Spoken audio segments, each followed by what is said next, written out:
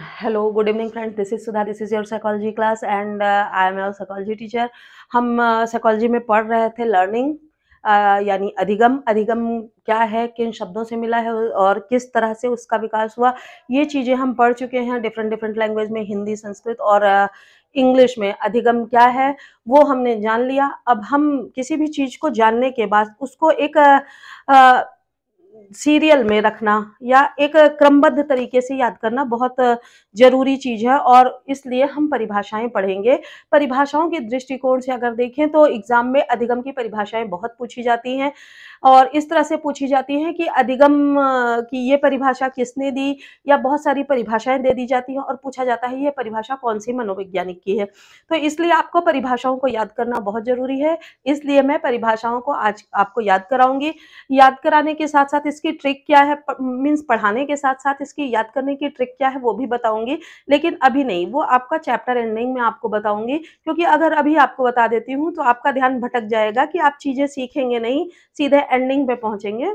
तो इसलिए पहले आप चैप्टर पढ़ेंगे कि हाँ, सीखना क्या है, उसकी परिभाषाएँ क्या हैं, हम क्रम से पढ़ते रहेंगे, क्योंकि जब हमने अधिगम पढ़ना स्टार्ट किया था तो हमने आपको ये भी बताया था कि एक क्रमिक प्रक्रिया है, तो किसी भी चीज़ को क्रम से ही सीखेंगे तभी आपको अच्छे से जानकारी मिलेगी। ठीक है? तो हम स्टार्ट करते हैं परिभाषाओं से। पहली परिभाषा हमारी वुडवर्थ की है, बहुत इंपॉर्टेंट परिभाषा है। ठीक है? बहुत ज़्यादा एग्ज़ाम में पूछी जाती है। अधिगम की परिभाषाओं को ले लिया जाए तो सबसे ज़्यादा वुडवर्थ की परिभाषाएँ पूछी गई हैं।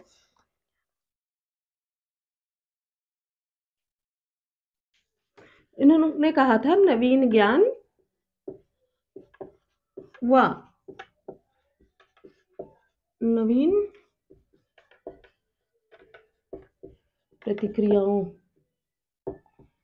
को प्राप्त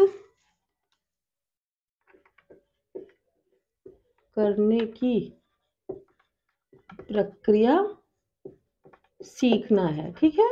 वुडवर्थ का क्या कहना था? वुडवर्थ का कहना था कोई भी नया ज्ञान और नई प्रतिक्रियाएँ, जो जब हम कोई नया ज्ञान लेते हैं उसके अगेंस्ट जो प्रतिक्रियाएँ करते हैं, उसको प्राप्त करने की प्रक्रिया को ही इन्होंने सीखना बताया था। नवीन ज्ञान और नवीन प्रतिक्रियाओं को प्राप्त करने की प्रक्रिया ही सीखना है। ठीक है? दूसरी परिभाषा हम देखते हैं स्किनर की।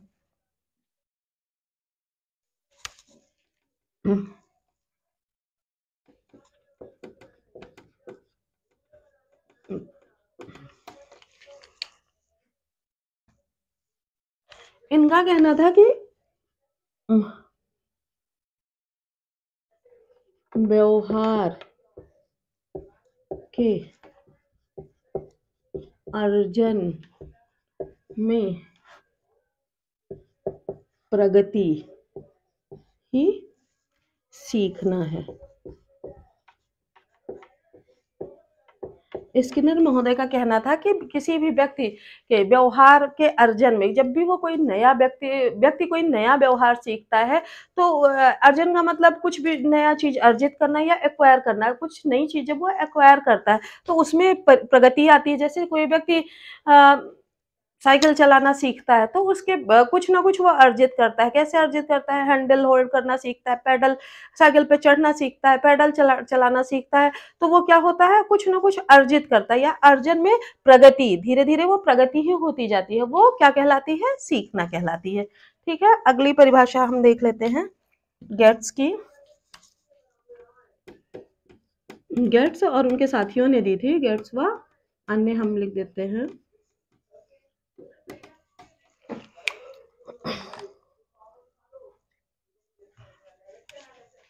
इनका कहना था सीखना क्या है?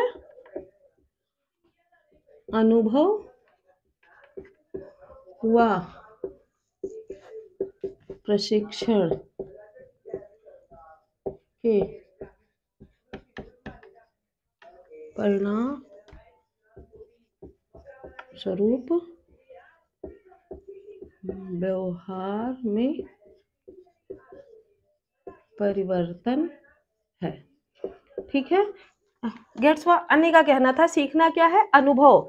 अपने पूर्व अनुभवों से व्यक्ति सीखता है। जैसे मैंने आपको बच्चे की आग जलने का प्रशिक्षण वो एग्ज़ाम्पल दिया था कि बच्चा आग को छूता है तो जल जाता है, तो उसे अनुभव हो जाता है कि आग छूने से मैं जल जाऊँगा। तो अगली बार वह क्या करता है? आग को नहीं छूता है, ठीक है? तो वो अनुभव और क्या है? प्रशिक्षण।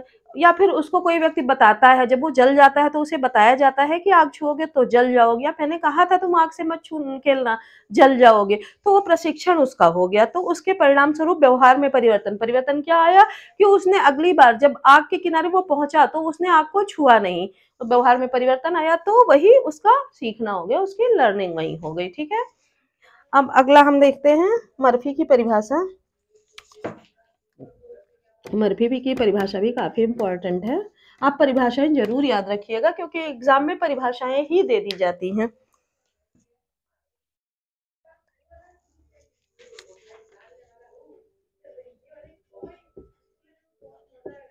सीखना, व्यवहार व दृष्टिकोण दोनों में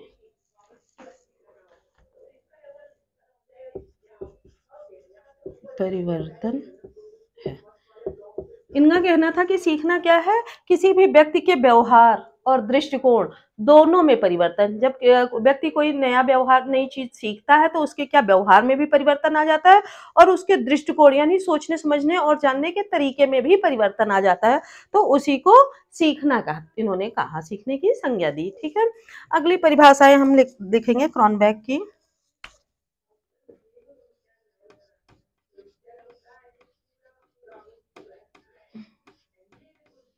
क्रॉनबेक ने देखिए क्या कहा।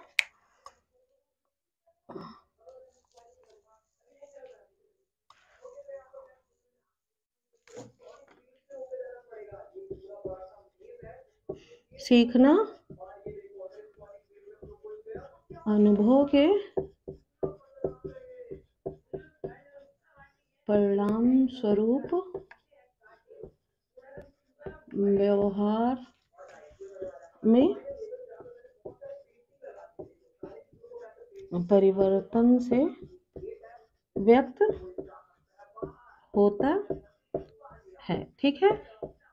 ये किसका कहना था? क्रॉनबेक का। क्रॉनबेक का कहना था कि अनुभव के परिणाम स्वरूप, जो बात जैसे हमने यहाँ बात की अनुभव की, अनुभव सेम वही है कि अनुभव के परिणाम स्वरूप व्यक्ति अपने अनुभव के परिणाम स्वरूप व्यवहार में जो परिवर्तन लाता है। हर जगह कहीं उसे प्रशिक्षण नहीं प्राप्त होता। बहुत जगह ऐसी होती है कि व्यक्ति अपने अनुभव से ही ये प्राप्त कर लेता है कि हाँ, पिछली बार मैंने उससे बात की थी, उसने अच्छे से बात नहीं की, अब मैं उससे दूर रहूंगा।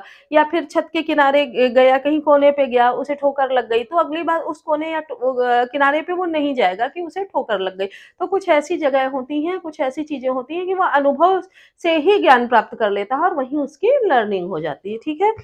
अभी इसके बहुत सारे उदाहरण मैं आपको सीखने के सिद्धांत में और सीखने के जो प्रयोग हुए हैं उनमें आपको बताऊंगी।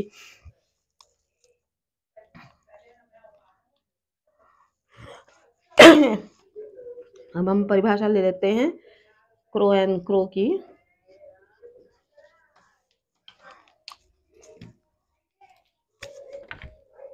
इनका कहना था आदत, ज्ञान व अभिवृत्तियों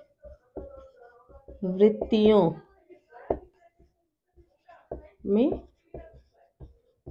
परिवर्तन ही सीखना है। ठीक है।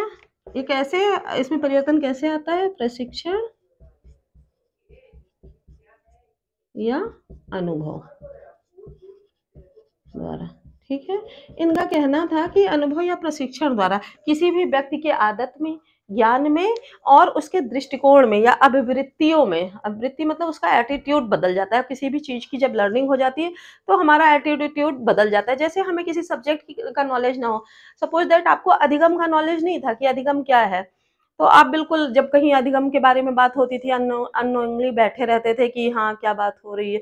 और जब आपको पता चल गया कि अधिगम क्या है, उसके बारे में, उसकी प्रकृति के बारे में आपको पता चल गया, तो आपके एटीट्यूड में चेंजेस आ गए। किस तरह के चेंजेस आए? नहीं कुछ हुआ, कोई सामने वाला गलत बोल रहा है, तो वहाँ आप बोलेंगे कि आप फला चीज़ गलत बोल रहे हैं, ये ऐसा नहीं ऐसा है। आपकी अभिव्यक्ति में परिवर्तन आ गया तुरंत। तो इस तरह से हम कह सकते हैं कि आदत ज्ञान और वृत्तियों में परिवर्तन ही सीखना है। तो क्रो एंड क्रो की परिभाषा इस तरह से सही सिद्ध होती है। अभी हम और आगे परिभाषाओं के बारे में बात करते हैं, जरा सा देख लीजिए।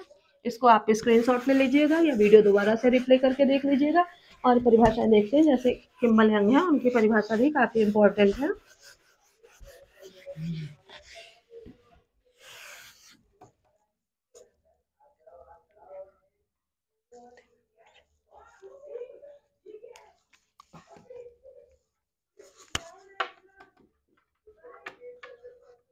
किम्बल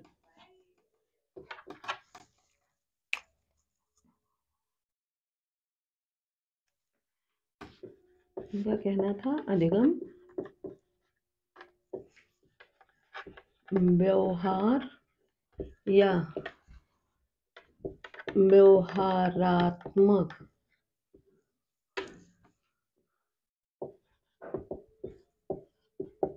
अंतःशक्ति में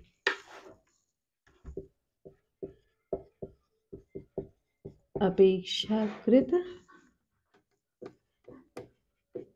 स्थायी परिवर्तन है।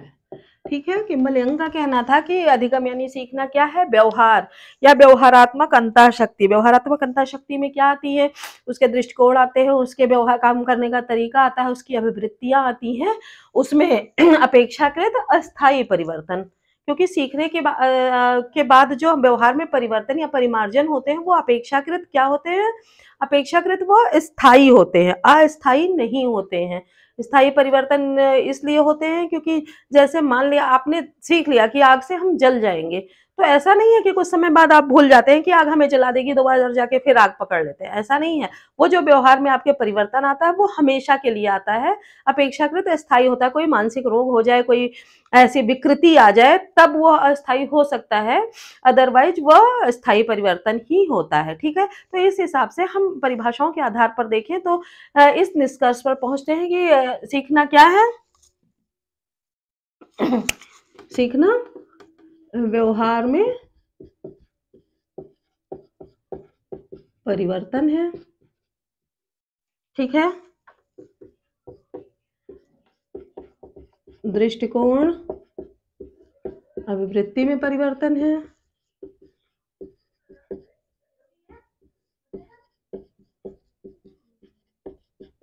ठीक, और क्या है? अपेक्षाकृत स्थायी परिवर्तन है। मतलब कि जैसे उस दिन मैंने आपको बताया था कि थकान, डर, बीमारी,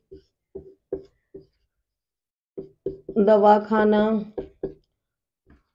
आदि, ये क्या होते हैं? ये इसको अधिगम की श्रेणी में नहीं, इससे व्यवहार में परिवर्तन आता है, पर इसको अधिगम की श्रेणी में नहीं रख सकते। क्यों नहीं रख सकते? क्योंकि ये जितनी सारी चीजें होती हैं ये अस्थायी परिवर्तन होते हैं। क्या होते हैं? अस्थायी परिवर्तन होते हैं। क्योंकि जैसे ही हमारी थकान दूर हुई, हमारे व्यवहार दूसरी तरह हो जाता है।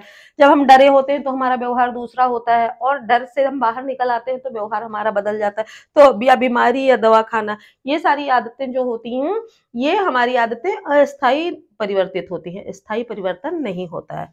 और एक चीज और हम देख लेते हैं कि क्या है, कि सीखने में सबसे इम्पोर्टेंट चीज है रुचि व प्रेरणा का प्रमुख योगदान। ठीक है, कह सकते हैं कहा जा सकता है परिभाषाओं के आधार पर कि रुचि व प्रेरणा का प्रमुख स्थान होता है। कैसे होता है कि जब हम किसी चीज़ को सीखने में रुचि रखेंगे, तभी हम सीख पाएँगे। जैसे मैं आपकी अधिगम की क्लास ले रही हूँ, लर्निंग की क्लास ले रही हूँ, अगर आपको इंटरेस्ट होगा, तो ही आप ये क्लास प्रॉपर देख रहे होंगे और देख रहे होंगे तो आपको अब तक ये याद हो गया होगा कि व्यवहार में परिवर्तन, दृष्टिकोण में परिवर्तन ही सीखना है और सीखना कैसा होता है, अपेक्षाकृत स्थायी होता है। तो इतनी चीज़ें अगर आप में रुचि है तो अब तक सीख गए होंगे या अधिगम किन शब्दों से मिलकर बना है। इतनी बार ये चीज़ें प्रयोग हुई हैं अब तक के वीडियो में कि आपको ये चीज़ें याद हो गई होंगी। और दूसरी चीज़ प्रेरणा, प्रेरणा का प्रमुख स्थान है। आपको कोई प्रेरित कर सकता है और आपके अंदर प्रेरणा जगा नहीं सकता। प्रेरित आपको जब कोई आपको प्रेरित करता है तो उससे इंस्पायर होके खुद प्रेरणा लेनी पड़ेगी। जैसे आपको प्रेरित करके मोबाइल दे दी गई कि आप पढ़ लो, अधिगम की क्लास चल रही है, पर आपको पढ़ने का मन नहीं है, आपने चैनल बदल लिया और कहीं मूवी के क्लिप्स देख रहे हैं, शॉर्ट्स का चलन है, आप शॉर्ट्स देख रहे हैं और आपको पूछा जा रहा है कि रुचि प्रेरणा क्या बताइए? आपको पता ही नहीं है रुचि क्या है, प्रेरणा आप सोच रहे होंगे किसी लड़की की बात चल रही है, तो आपको वो नज़र आ रहा होगा, लेकिन अगर आप प्रेरित हैं तो आपको ये समझ में आ रहा होगा कि रुचि और प्रेरणा 2 ऐसे तत्व होते हैं जिनका लर्निंग में बहुत ज़्यादा योगदान है। तो इस हिसाब से हम कह सकते हैं व्यवहार में परिवर्तन, दृष्टिकोण में परिवर्तन, अभिवृत्तियों में परिवर्तन, ये सारे क्या होते हैं ये सारी चीज़ें सीखना कहलाती हैं और ये जो परिवर्तन इतनी डर, थकान, बीमारी, दवा खाना ये परिवर्तन अस्थायी होते हैं, रुचि प्रेरणा का प्रमुख स्थान होता है, ठीक है? इतनी चीज़ें अभी हम